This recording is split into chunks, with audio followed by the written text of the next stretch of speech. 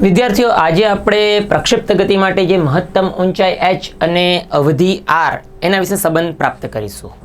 તો આપણને ખબર છે કે મહત્તમ ઊંચાઈ માટેનું સમીકરણ છે h બરાબર v0 નો વર્ગ sin નો વર્ગ થીટા અપોન 2g અને અવધિ માટેનું સમીકરણ છે v0 નો વર્ગ sin 2 થીટા અપોન g. તો જો આ બંનેનો ગુણોત્તર લઈએ તો તે વખતે h ના નીચે r કરતાં v0 કેન્સલ થશે અને g કેન્સલ થશે, તો આપણી પાસે બચે છે sin નો વર્ગ થીટા અંશમાં અને 2 ટાઈમ્સ sin 2 થીટા. જો આને પણ આપણે ઓપન કરીએ તો sin નો વર્ગ થીટા નીચે 2 × 2 sin થીટા cos થીટા સૂત્ર, જેથી એક સાઇન કેન્સલ થાય અને સાઇનના નીચે cos, આમ કરતાં આપણી પાસે આવે છે 1/4 tan theta h upon r. આ ગુણોત્તરનો ઉપયોગ હવે તમે MCQમાં આપેલી કોઈ પણ પરિસ્થિતિ માટે કરી શકો.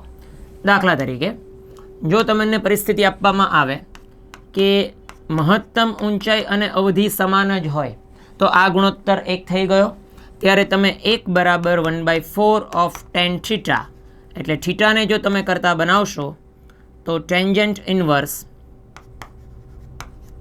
4, એટલે 4 મલ્ટિપ્લિકેશન ઉપર થશે.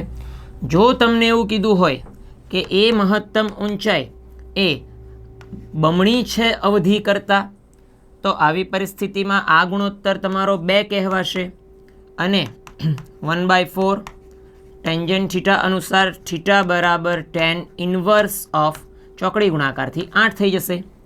અને જો કદાચ તમને એવું કીધું હોય કે આ મહત્તમ ઊંચાઈ એ અવધિ કરતાં અડધી છે, તો આ પરિસ્થિતિમાં આ ગુણોત્તર 1/2 કહેવાશે.